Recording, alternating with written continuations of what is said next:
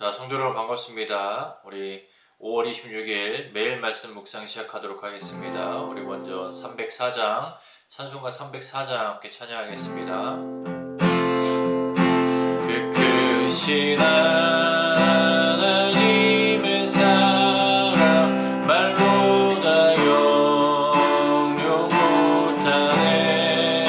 저 높고 높은 별을 넘어 이 낮고 낮은 땅 위에 죄범한 영혼 구하려 그 아들 보내사 감옥 죄물 삼으시고 죄 용서하셨네. 하나님 크신 사랑은 증량 다 못하네. 영원히 변치 않는 사랑 성도여 찬양하세. 외로운 시절 지나가고 땅 위에 영화 쇠할 때 주 잊지 않던 영혼들은 큰 소리 외쳐울어도 주 믿는 성도들에게 큰 사랑 베푸사 우리의 죄 사했으니 그 은혜 잊을까. 하나님 크신 사랑은 증량 다 못하네. 영원히 변치 않는 사랑 성도여 찬양하세. 하늘을 두루마리 삼고 바다를 먹물 삼아도 한없는 하나님의 사랑 가기로 갈 수 없겠네. 하나님의 크신 사랑 그 어찌 닿았을까. 저 하늘로 비싸도 채우지 못하리. 하나님 크신 사랑은 증량 다 못하네. 영원히 변치 않는 사랑 성도여 찬양하세.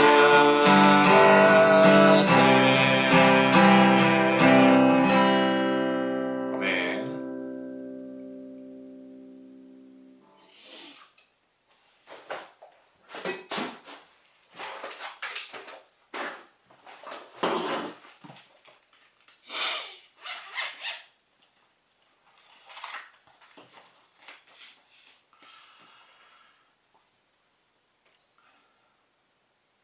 우리 사도신경하심으로 우리 신앙을 고백하겠습니다. 전능하사 천지를 만드신 하나님 아버지를 내가 믿사오며 그 외아들 우리 주 예수 그리스도를 믿사오니 이는 성령으로 잉태하사 동정녀 마리아에게 나시고 본디오 빌라도에게 고난을 받으사 십자가 못 박혀 죽으시고 장사한 지 사흘 만에 죽은 자 가운데서 다시 살아나시며 하늘에 오르사 전능하신 하나님 우편에 앉아 계시다가 저리로서 산자와 죽은 자를 심판하러 오시리라. 성령을 믿사오며 거룩한 공예와 성도가 서로 교통하는 것과 죄를 사하여 주시는 것과 몸이 다시 사는 것과 영원히 사는 것을 믿사옵나이다. 아멘. 사랑의 하나님 감사합니다. 우리 주의 은혜로 말미암아 이 땅 가운데 구원받은 자로서 새 생명 가운데 영생 가운데 하나님의 통치를 입고 살아갈 수 있도록 은혜 주신 하나님 감사합니다. 우리가 살아가는 매일매일 삶 가운데 항상 주님께서 우리에게 부어주신 사랑 항상 기억하며 우리 삶 가운데 하나님의 말씀이 이루어지고 하나님의 뜻대로 우리 삶 가운데 많은 열매를 맺는 그런 귀한 삶 살아가도록 우리 가운데 축복하여 주시고 인도하여 주시옵소서. 오늘 이 시간도 함께 주의 말씀 앞에 또 우리가 귀를 기울입니다. 주님께서 은혜 주사 또 깨닫게 하시고 또 우리 삶 가운데 적용하여 실천하는 그런 귀한 은혜가 우리 가운데 있도록 하여 주시옵소서. 이 모든 기도 거룩하신 예수님의 이름으로 기도했습니다. 아멘. 오늘 함께 나눌 말씀은 신명기 24장 오늘 함께 나눌 말씀은 신명기 24장 1절부터 13절까지 말씀입니다. 신명기 24장 1절부터 13절입니다. 사람이 아내를 맞이하여 데려온 후에 그에게 수치되는 일이 있음을 발견하고 그를 기뻐하지 아니하면 이혼 증서를 써서 그의 손에 주고 그를 자기 집에서 내보낼 것이요. 그 여자는 그의 집에서 나가서 다른 사람의 아내가 되려니와 그의 둘째 남편도 그를 미워하여 이혼 증서를 써서 그의 손에 주고 그를 자기 집에서 내보냈거나 또는 그를 아내로 맞이한 둘째 남편이 죽었다 하자 그 여자는 이미 몸을 더럽혔은즉 그를 내보낸 전 남편이 그를 다시 아내로 맞이하지 말지니 이 일은 여호와 앞에 가증한 것이라. 너는 내 하나님 여호와께서 내 기업으로 주시는 땅을 범죄하게 하지 말지니라. 사람이 새로이 아내를 맞이하였으면 그를 군대로 내보내지 말 것이요 아무 직무도 그에게 맡기지 말 것이며 그는 1년 동안에 한가하게 집에 있으면서 그가 맞이한 아내를 즐겁게 할지니라. 사람이 맷돌이나 그 윗짝을 전당 잡지 말지니 이는 그 생명을 전당 잡음이니라. 사람이 자기 형제 곧 이스라엘 자손 중 한 사람을 유인하여 종으로 삼거나 판 것이 발견되면 그 유인한 자를 죽일지니 이같이 하여 너희 중에 악을 제할지니라. 너는 나병에 대하여 삼가서 레위 사람들이 너에게 가르치는 대로 내가 힘써 지켜 행하되 너희는 내가 그들에게 명령한 대로 지켜 행하라. 너희는 애굽에서 나오는 길에서 내 하나님 여호와께서 미리암에게 행하신 일을 기억할지니라. 내 이웃에게 무엇을 구워줄 때에 너는 그의 집에 들어가서 전당물을 취하지 말고 너는 밖에 서 있고 내게 꾸는 자가 전당물을 밖으로 가지고 나와서 내게 줄 것이며 그가 가난한 자이면 너는 그의 전당물을 가지고 자지 말고 해질 때에 그 전당물을 반드시 그에게 돌려줄 것이라. 그리하면 그가 그 옷을 입고 자며 너를 위하여 축복하리니 그 일이 내 하나님 여호와 앞에서 내 공의로움이 되리라. 아멘. 하나님은 그의 백성을 보호하시는 분이십니다. 본문에서 하나님은 모세를 통해 기본적이지만 너무 중요한 법률들을 주십니다. 이 법률들은 공통적인 목적이 있습니다. 바로 하나님께서 그의 백성을 지키시는 것입니다. 특별히 하나님은 사회적 약자들이 보호받을 수 있도록 하십니다. 오늘 본문을 통해 사회적 약자들과 또 소외된 자들을 보호하시는 하나님의 세심한 은혜를 함께 나누기 원합니다. 첫 번째로 하나님은 여성들이 보호받도록 하십니다.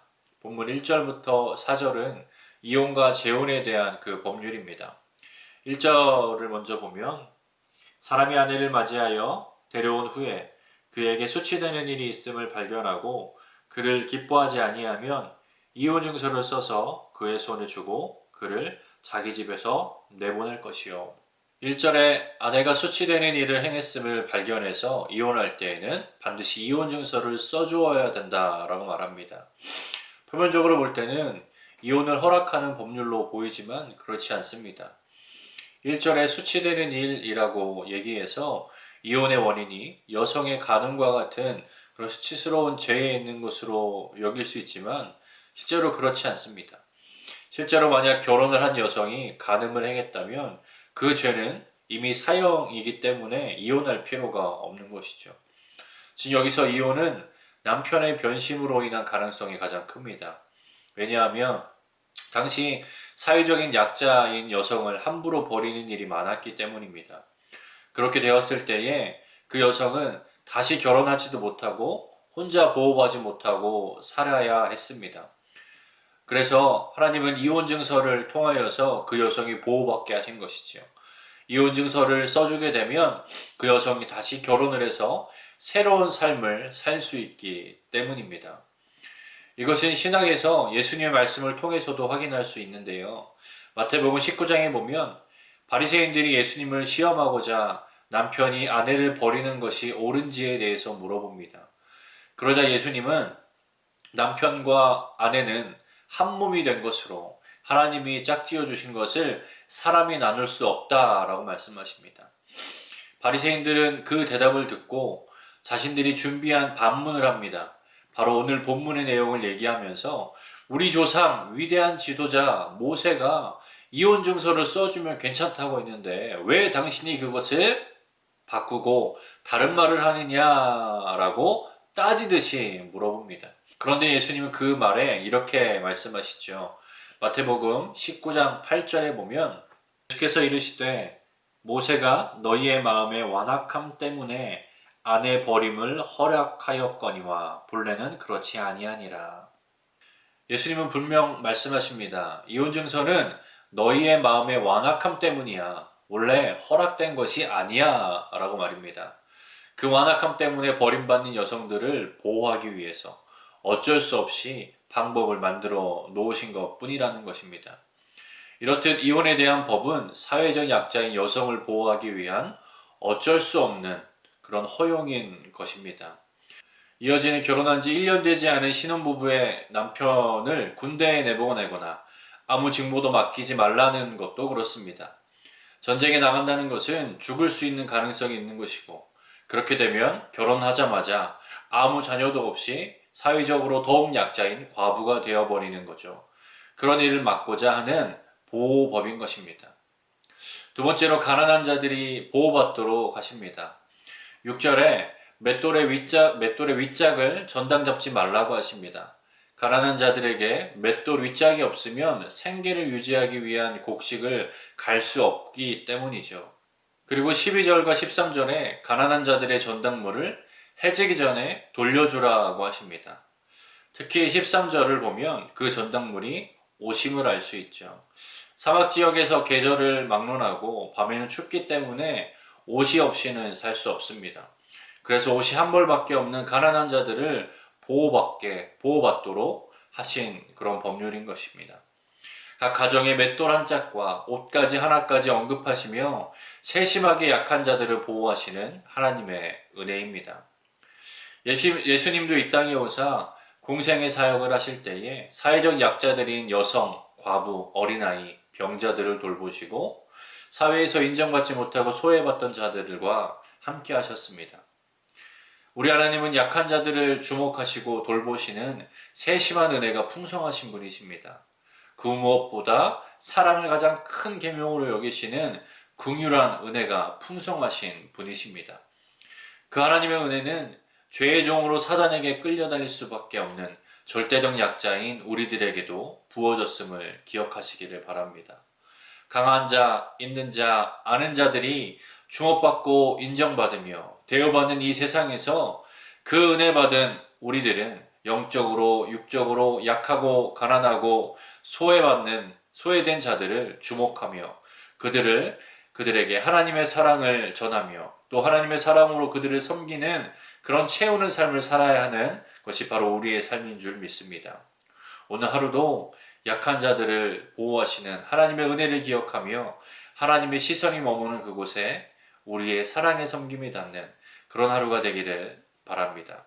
기도하겠습니다. 사랑의 하나님 감사합니다. 우리 하나님은 이 땅 가운데 약한 자들을 영적으로 육적으로 모든 약한 자들을 돌보시며 소외된 자들과 함께 하시며 그들을 주께로 인도하시는 그런 세심한 은혜가 넘치는 분임을 오늘 말씀을 통하여서 다시 한번 우리가 기억합니다. 주님 우리 삶 가운데 부어주신 아버지 그 은혜 우리가 항상 기억하며 우리도 우리 삶 가운데 주님을 닮아 주의 말씀대로 이 세상 가운데 약한 자들 또 가난한 자들, 소외받은 자들과 함께하며 하나님의 시선이 머무는 그곳에 우리의 사랑의 섬김의 손길이 함께하는 그런 귀한 삶 살아가도록 은혜 허락하여 주시옵소서. 이 모든 말씀 거룩하신 예수님의 이름으로 기도하였습니다. 아멘.